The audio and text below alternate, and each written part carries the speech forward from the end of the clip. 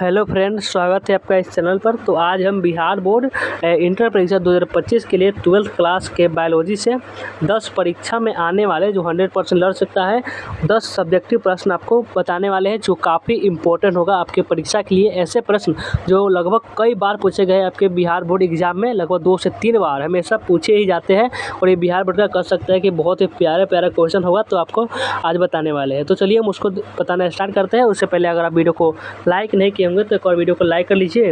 एक और वीडियो को क्या करेंगे, लाइक कर लेंगे और अपने के बाद दोस्तों के पास भी इसको शेयर कर देंगे। एक बार अपने दोस्तों के साथ भी शेयर करेंगे और न्यू स्टूडेंट जितने भी होंगे वो क्या करेंगे, चैनल को भी सब्सक्राइब कर लेंगे।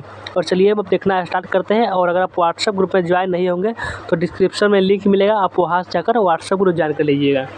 देखिए सबसे पहला प्रश्न क्या कह रहा है कि पुष्प में दल का क्या कार्य होता है। पुष्प में दल का क्या कार्य होता है, जो 2017 में, 2012 में, 2015 में। देखिए इतने बार पूछा गया, इसको आप क्वेश्चन रख चेक कर सकते हैं कि इतना बार ये पूछा गया है। और इतना बार क्वेश्चन पूछा गया प्रश्न को आप छोड़ देंगे तो आपका कितना नुकसान हो जाएगा। देखिए तो इसको कैसे लिखना है आपको एग्जाम में कि पुष्प में पुष्प दल का सर्वाधिक आकर्षक भाग होता है जो कि बहुत ही सुंदर रंग है तथा सुगंध रहित होता है। इसी के द्वारा परागणकर्ताओं का आकर्षण होता है ताकि परागण की क्रिया संपन्न हो पाए।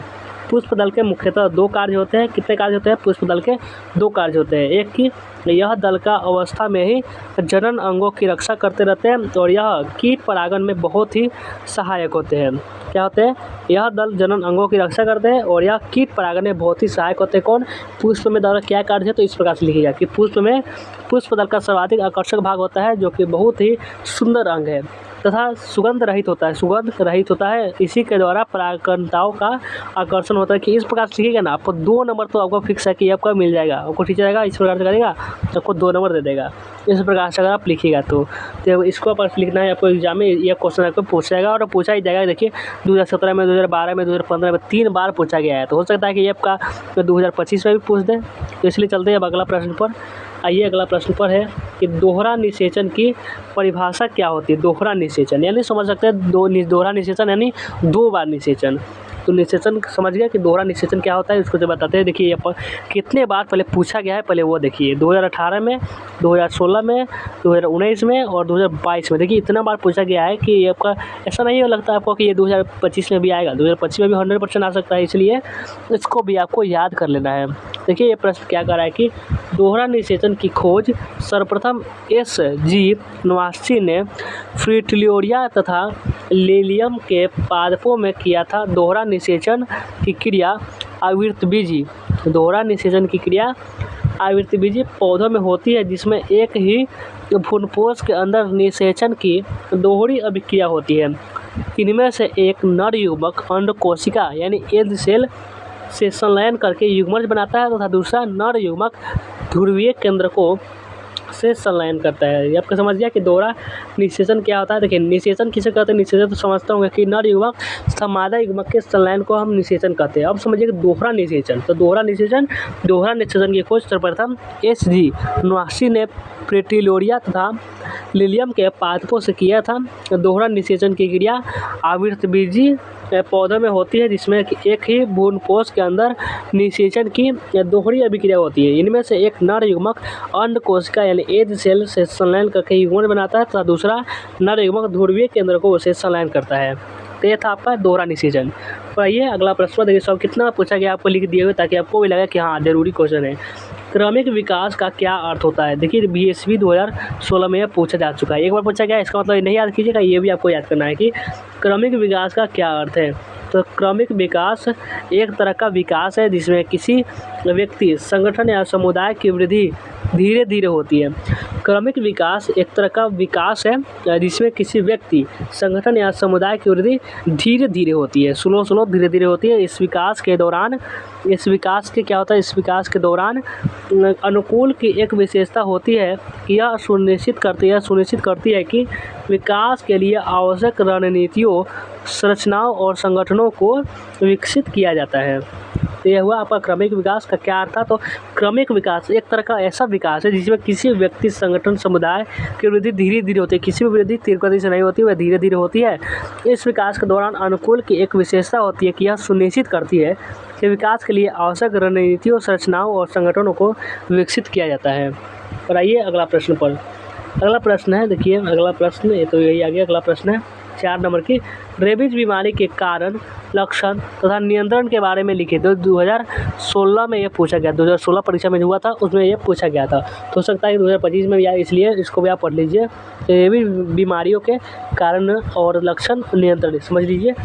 रेबीज लार से फैलने वाला बीमारी है। संक्रमित जानवर के लार में, लार करने का मतलब जो आपका मुँह से जो लार निकलता है वो जो आपका जानवरों के ये काटने से होता है, जैसे रेबीज लार में फैलने वाला बीमारी है। संक्रमित जानवर के लार का संपर्क जब व्यक्ति के खून से यानी ब्लड से होता है तो यह वायरस फैलता है। मनुष्य के खून में यह वायरस कभी जानवर के काटने से पहुंचता है। हमेशा जब जानवर उसे काटता है और जैसे ही काटने का वो खून में मिलता है उसका जो वायरस होगा तो वह बीमारी फैल जाता है।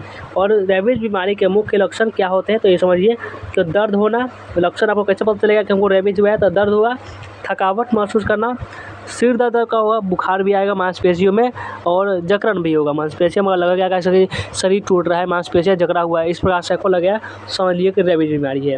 आपका आज बीमारी का भी एक जानकारी हो गया। और ये समझ लिए कि रेबीज जो बीमारी होगा ना वो अधिकांशतः कुत्ते के काटने से होता है। किससे काटने से? कुत्ते के काटने से। जब काटता है तो इसका जो होता है, इसमें जो ऐसा वायरस होता है जो कि संक्रमित होता है, जो आपको जैसे आपका खून में फैलेगा या आपका समझ लीजिए रेबीज बीमारी उसी में आपको संक्रमित कर देगा। जो आपका जो मुँह होगा उसमें कुत्ते का, उसमें से उससे लार में यह बीमारी पाया जाता है। चलिए अब देखते हैं आगे क्या है। चलिए इसको देखते हैं। ये 5 नंबर प्रश्न है कि बहुभ्रूणता क्या होता है। बहुभ्रूणता के बारे में समझ लीजिए कि बहुभ्रूणता क्या होता है। बहुभ्रूणता के बारे में समझते हैं।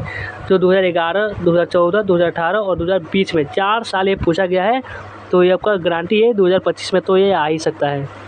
तो समझिए इसको भी कि इसमें क्या कह रहा है। क्वेश्चन है आपका कि बहुभ्रूणता क्या है। बहुभ्रूणता क्या है, तो चलिए इसको भी समझते हैं कि बहुभ्रूणता आखिर होता क्या है।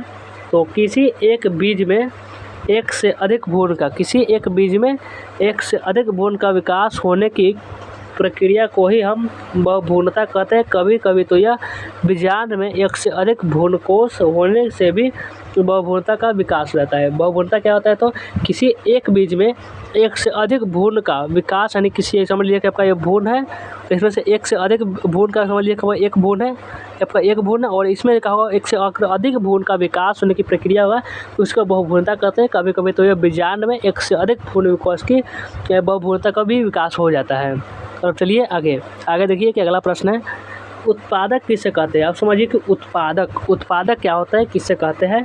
हरे पौधे जैसे शैवाल, घास, पेड़ इत्यादि ऐसे जीव हैं जिनमें प्रकाश संश्लेषण द्वारा अपना भोजन स्वयं बनाने की क्षमता है। इसे प्रकार के जीवों को उत्पादक कहते हैं। इसी प्रकार के जीवों को उत्पादक कहते हैं। उत्पादक किसे कहते हैं? हरे पौधे, बहुत सारे हरे पौधे होते हैं, जैसे शैवाल हो गया, घास हो गया, पेड़ हो गया इत्यादि ऐसे जीव है जिनमें प्रकाश संश्लेषण द्वारा अपना भोजन, हमारा खुद का भोजन हमें खुद बनाने की क्षमता होती है। इस प्रकार के जीवों को ही हम उत्पादक कहते हैं।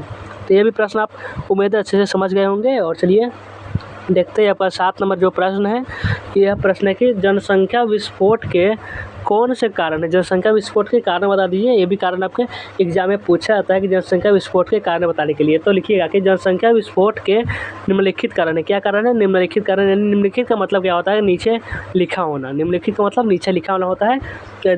सबसे पहले लिखिएगा कि मृत्यु दर में तीव्र गिरावट, और लिखिएगा मृत्यु दंड में कमी, मातृ मृत्यु दंड में कमी और शिशु मृत्यु दंड में कमी, ये भी लिख सकते हैं। और जनन आयु के लोगों की संख्या में वृद्धि, ये भी लिख दीजिएगा। आपको 2 नंबर आपको क्लियर हो जाएगा, आपको मिल जाएगा एग्जाम में 2 नंबर। तो अब आइए अगला प्रश्न पर देखते हैं। देखिए ये प्रश्न है आपका अंतिम नंबर प्रश्न है। 8 ही क्वेश्चन था, लेकिन आपको सभी BBI क्वेश्चन आप देख सकते हैं कि सभी कितना बार पूछा गया है। 3 से 4 बार सभी पूछा गया है। देखिए असंग जनन क्या है और इसका क्या महत्व है आपको बताना है। चलिए इसको भी हम समझते हैं। असंग जनन बिना निषेचन के बीज के अलैंगिक उत्पादन की यह प्रक्रिया होती है। यह आपका असंग जनन, और इसका महत्व समझिए। यह बीज उत्पादक की कमी लागत वाली प्रभावी विधि होती है। असंग जनन से तैयार की गई संकर बीजों का उपयोग कभी भी किया जा सकता है। तो ये आपका होता है असंग जनन। कि असंग जनन क्या होता है? तो असंग जनन बिना निषेचन के बीज के अलैंगिक उत्पादन की प्रक्रिया होती है और यह बीज उत्पादन की कमी लागत वाली प्रभावी विधि होती है और असंग जनन से तैयार की गए संकर बीजों का उपयोग कभी भी किया जा सकता है। तो ये आपका हुआ असंग जनन। तो हमने 8 क्वेश्चन बताए थे, 8वां बहुत ही वीवीआई था, इसलिए आपको बताना ज़रूरी था। तो आज का क्लास कैसा लगा एक बार कमेंट में ज़रूर बता दीजिएगा। चलिए वीडियो को एंड करते हैं और मिलते हैं फिर किसी नेक्स्ट वीडियो में।